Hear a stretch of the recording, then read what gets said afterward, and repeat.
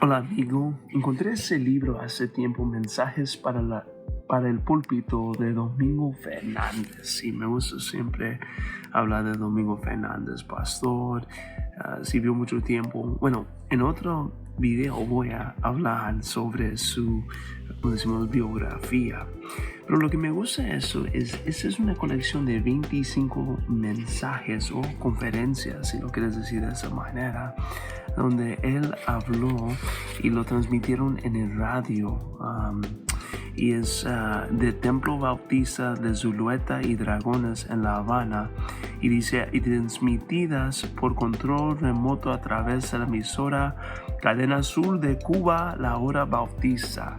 Era un programa, cada domingo lo pasaban desde las 8:45. Y me gusta mucho Domingo Fernández. Lo que yo quiero hacer es solo leer cada uno de estos mensajes. Y el propósito es que sea algo adicional a tu tiempo devocional. No va a tomar el tiempo, ojalá que no, porque todavía uno necesita estar en la palabra. Y lo puedes escuchar mientras estás haciendo otras cosas, pero me gusta mucho la manera que él predica, o él predicó, ya está con el Señor, ha estado con el Señor por muchos años, y la manera que él ilustraba el texto. Por esa razón, voy a comenzar leyendo el primer del mensaje para el púlpito, el primer sermón. Se llama La Caña Cascada. Necesito un poco de agua. Bueno, aquí comenzamos. Estimados radio orientes, en el Evangelio según Mateo, capítulo 12, versículo 9 al 20, dice que Jesús entró un día en una sinagoga. Y había ahí un hombre que tenía una mano seca. Entonces los hombres que estaban en la sinagoga, con el propósito de acusar a Jesús de violador de la ley, le preguntaron si era lícito sanar a los enfermos en día de reposo. Y Jesús les contestó, ¿qué hombre habrá de vosotros que teniendo una oveja si cayera ésta en un pozo en el día de sábado, no le eche mano y la saque? Pues si vosotros hacéis esto con una oveja, ¿cuánto más vale un hombre que una oveja? Entonces el Señor, dirigiéndose al hombre que tenía la mano seca, le dijo, extiende tu mano.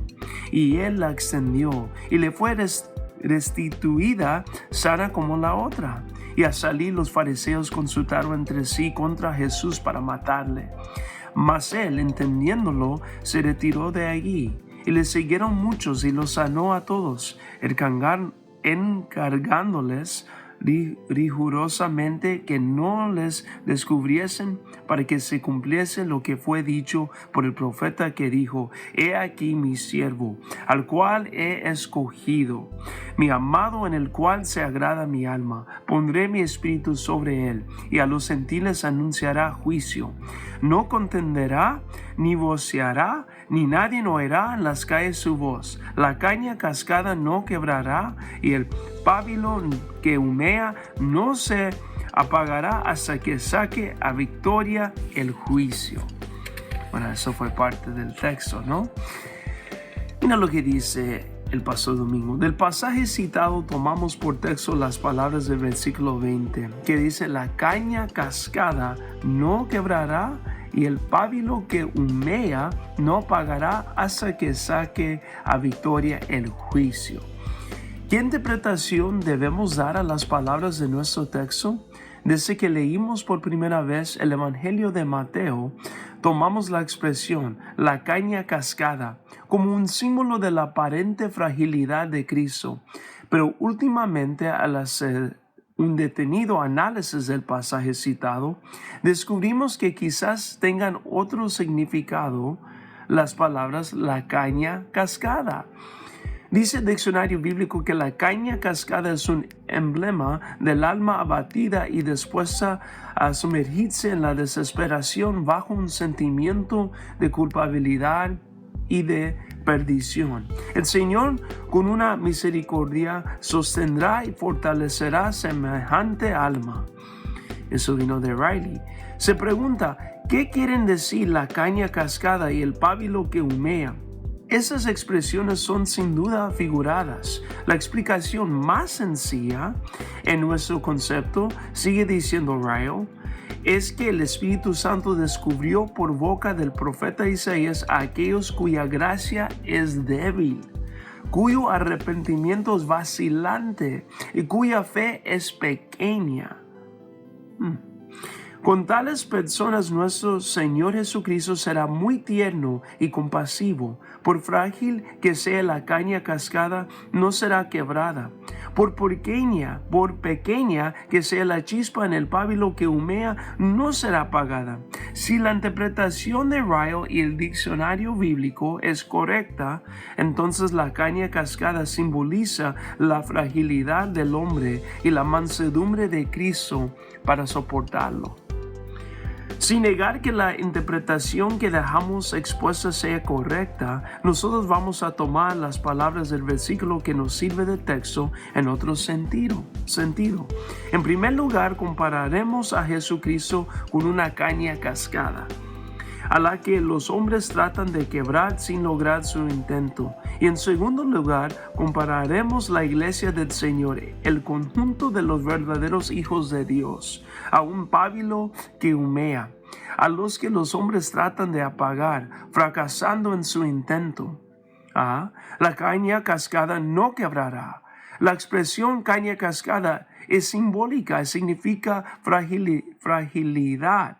Por lo general, una caña cascada es una caña seca y astillada por un lado. El pasaje que hemos leído dice que por haber Jesús restituido la mano a un paralítico, los fariseos tomaron el acuerdo de matar a Jesús. Y el Señor, al enterarse de los propósitos de sus adversarios, se apartó de allí, y a los que le siguieron les encargó rigurosamente que no le descubriesen, que se callasen.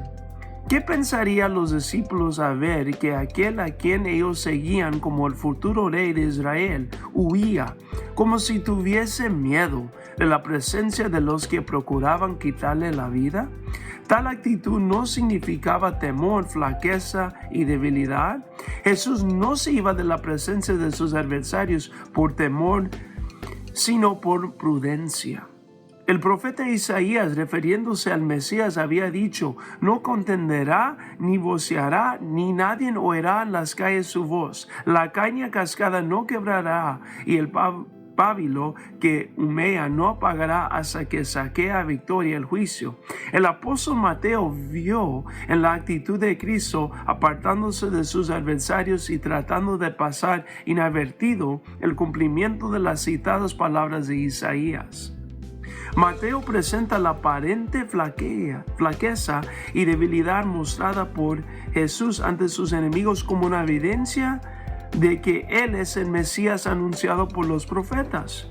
Y aunque el Mesías se muestre débil y frágil como una caña cascada, sus enemigos no le podrán quebrantar, pero Él sí quebrantará a sus adversarios y sacará a victoria la justicia y el juicio.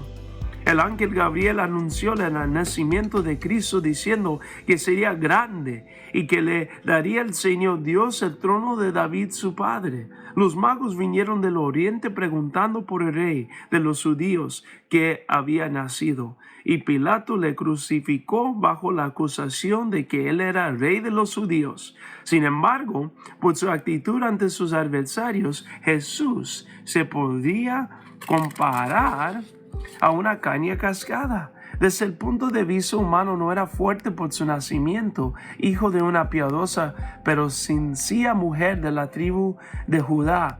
Tuvo que nacer en un establo, y la pobreza de su madre María se reflejaba en el hecho de que sus recursos no le permitieron adquirir un cordero para redimirle en una condición de primogénito, como estaba ordenado en la ley del Señor. Así vemos que el rey de los judíos fue redimido como los pobres de la tierra, con 2 tórtolas o 2 pinchones de paloma. Jesús no era fuerte por su condición social. Había pasado su juventud en una oscura vía de Galilea, acerca de la cual se dijo en un tono despectivo: despectivo. ¿De Nazaret puede salir algo bueno? Jesús no era fuerte desde el punto de vista cultural, no había recibido la educación de un príncipe, ni siquiera la de un rabino. Todo indica que había pasado su juventud ganándose el pan con el sudor de su frente, como cualquier pobre de la tierra. No se podía presentar ante la nación ostentando títulos que le hiciesen respetable ante los ojos de sus conciudadanos. Jesús no era fuerte por los métodos que escogió para llevar a cabo el plan que se había propuesto. En lugar de buscar la ayuda de los grandes de la tierra, se rodeó de un grupo de sencillos y humildes galileos. En lugar de presentar batalla a sus adversarios, huyó con frecuencia de la presencia de ellos, no por miedo, que nunca lo tuvo, sino porque siendo dueño y señor de sus actos, procedió siempre con la sabiduría, prudencia y discreción que convenía a su plan redentor. Aparentemente Jesús se presentó ante los ojos de los hombres con la fragilidad propia de una caña cascada. Poco después de su nacimiento tuvo que huir a Egipto porque el sanguinario Herodes se dispuso a quitarle la vida. En varias ocasiones a través de su ministerio, unas veces los fariseos y otras las mismas autoridades de la nación tomaron medidas para quebrantarle, y al fin le prendieron, le juzgaron, le condenaron a muerte y le entregaron a Poncio Pilato, gobernador romano, para que le crucificase. Pero ni con los azotes ni con la muerte lograron los adversarios del Señor sus propósitos. Cristo se levantó de la tumba. La caña cascada era más fuerte que los hombres, más fuerte que la muerte, más fuerte que los jueces del infierno. Murieron aquellos fieros adversarios de Jesús de Nazaret. Murieron los Herodes, murieron Anás y Caifás, murió Poncio Pilato, pero Jesucristo vive, sí vive, alienta y sostiene la empresa redentora que él fundó y selló con su sangre. A través de los tiempos, los hijos de Herodes, el rey, de Caifás, el sacerdote, de Judas, el traidor, y de Pilato, el gobernador, han persistido en el propósito de sus padres, tratando de quebrantar la caña cascada. Pero los adversarios de Cristo descienden unos tras otros al infierno. Las armas que fabrican contra el Hijo de Dios se consumen con el tiempo, y mientras tanto Jesucristo sigue adelante con la mano puesta en el timón de la nave de sus propósitos, porque la caña cascada no quebrará hasta que saque a victoria el juicio, hasta que triunfe de manera total, absoluta y definitiva sobre las fuerzas del mal, hasta barrer de la faz de la tierra al último de sus adversarios y haber conducido a sus redimidos al reino de la vida eterna, de la felicidad perfecta y de la gloria sin fin. La caña cascada no quebrará jamás, y todo aquel que intente quebrarla perecerá en su empeño, si no se arrepiente a tiempo. Uno de los grandes enemigos de Cristo fue el emperador romano llamado Juliano el Apóstata, quien se había propuesto acabar con el cristianismo. Juliano, en su oposición a Cristo, ordenó que fuese reedificado el templo de Jerusalén con el propósito de ridiculizar la profecía de Jesús cuando dijo, refiriéndose al templo, que no sería dejada piedra sobre piedra. Pero Juliano no pudo llevar a cabo sus propósitos, entre otras cosas porque a los 2 años de haber subido al trono en una guerra contra los persas, fue quebrantado por una flecha que el enemigo le clavó en el cuerpo. Dice la historia que Juliano, arrancándose la flecha, lanzó al cielo con la mano la sangre que emanaba de su herida y murió pronunciando esas palabras que se hicieron proverbiales: venciste, Galileo.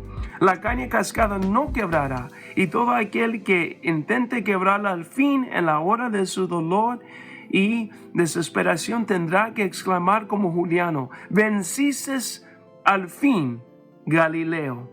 Hemos comparado a Cristo con una caña cascada, caña que los hombres impíos han intentado quebrar sin lograr sus propósitos, porque la caña cascada no quebrará, Y en segundo lugar, compararemos la iglesia con un pábilo que humea, pábilo que los hombres no pueden apagar. Al comparar la iglesia con un pábilo que humea, no nos referimos a una iglesia determinada, sino al conjunto de los redimidos cuyos nombres están escritos en el libro de la vida en el cielo. ¿Qué es un pábilo que humea? En el sentido bíblico, el pábilo es la mecha de una lámpara de aceite. A medida que el aceite se reduce en la lámpara, mengua el volumen de luz producido por la mecha y llega un momento en que la mecha no produce luz por falta de aceite. Pero al dejar de producir llama, la mecha empieza a quemarse y al quemarse produce humo, lo que indica que aún permanece encendida. La finalidad del pábilo es producir luz, pero cuando falta el combustible o cuando no llega la mecha, entonces no produce nada más que humo. Sin embargo, mientras que produzca humo da señales de vida, el humo indica que hay fuego en el pábilo. Cuando comparamos la iglesia a un pábilo que humea, no queremos decir que la iglesia no haya llenado su función de alumbrar, señalando a los que viven en las tinieblas del error el camino de la salvación y de la vida eterna. Lo que queremos decir es que aunque a veces el testimonio de los hijos de Dios en medio del mundo de tinieblas parece haberse reducido a una débil columna de humo, a pesar de tal debilidad, las poderosas fuerzas del mal no han podido apagar el fuego que produce ese humo. La historia nos revela que a veces el testimonio de los hijos de Dios fue como un poderoso fuego cuyas llamas alejaron las tinieblas y ablandaron los corazones más endurecidos. Pero otras veces las señales del fuego divino en el alma y el corazón de sus hijos parecen haberse reducido a un poco de humo. En el capítulo 2 del libro de Hechos de los Apóstoles dice que como se cumplieron los días de Pentecostés, estaban todos los discípulos juntos y de repente vino un estruendo del cielo como un viento recio que soplaba, el cual hinchó toda la casa donde estaban sentados y se les aparecieron lenguas repartidas como de fuego que se asentó sobre cada uno de ellos. Aquellas lenguas como de fuego eran el signo exterior del fuego del Espíritu Santo que Dios había encendido en el corazón de los discípulos.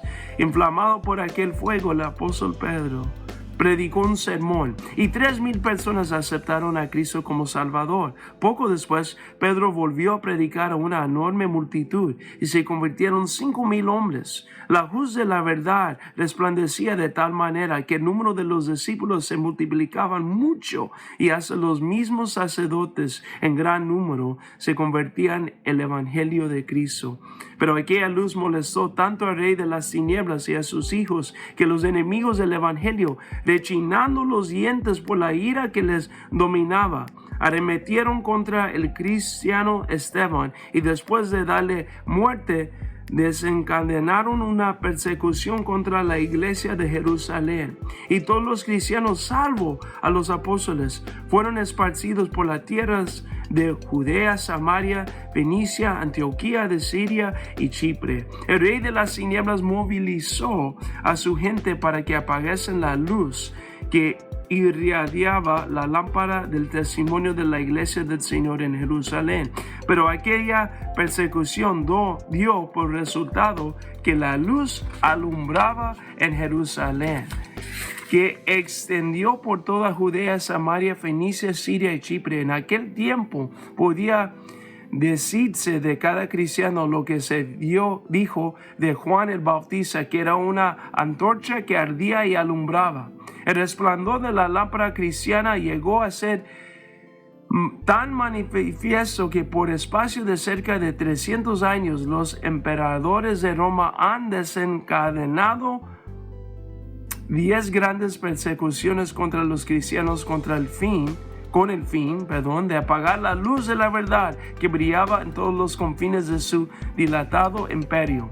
Pero ni la horca, ni el cuchillo, ni las llamas, ni las fieras del circo pudieron apagar aquel pábilo que ardía y alumbraban los campos, vías y ciudades del imperio de los Césares.